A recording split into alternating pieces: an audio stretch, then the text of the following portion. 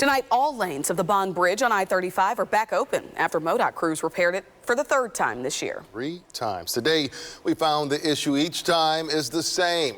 It's been to fix the expansion joints of the bridge, and now the agency is looking for a long-term solution. The KSHB 41I team had some questions for MoDOT.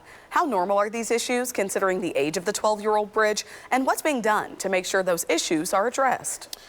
KSHB 41I team reporter Cameron Taylor takes an in-depth look at the problem and what a solution could look like. Save it, save it.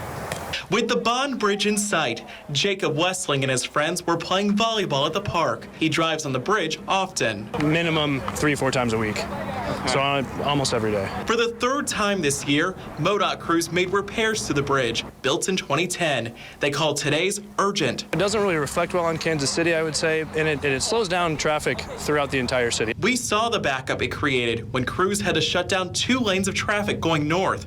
We took our questions to Jeffrey Hardy.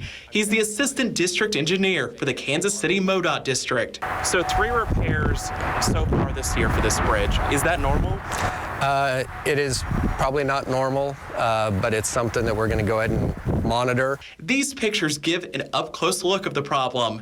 Hardy says it centers around the cover plate, the piece of metal on top of what he calls the finger joints. They make up the expansion joint. And they expand and contract inside of each other to allow vehicles to cross the bridge safely, but also allow the bridge to expand and contract. Without the cover plate piece, Hardy explains your average car would be fine.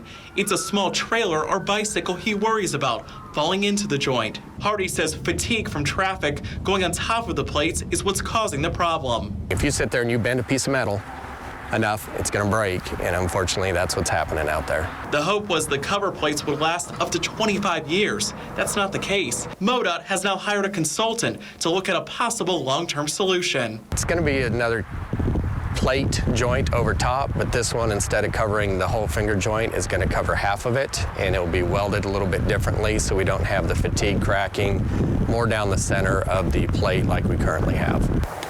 For Westling, he's glad something is getting done and hopes for a fix soon. Anything to improve the current situation, I think, would be beneficial. For the KSHB 41I team, I'm Cameron Taylor.